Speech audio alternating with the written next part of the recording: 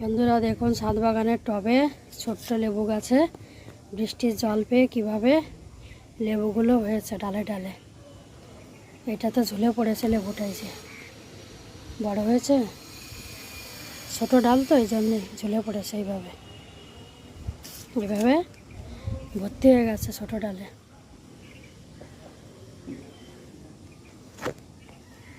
এই বৃষ্টির সময় এটা হয়েছে, বৃষ্টি পড়েছে আর এই বৃষ্টির জল পেয়ে এটা হয়েছে। কত বড় হয়েছে লেবুটা, লেবুটা কত বড় হয়েছে। যে এই একটা, এই একটা, কত বড় বড় লেবুগুলো হয়েছে।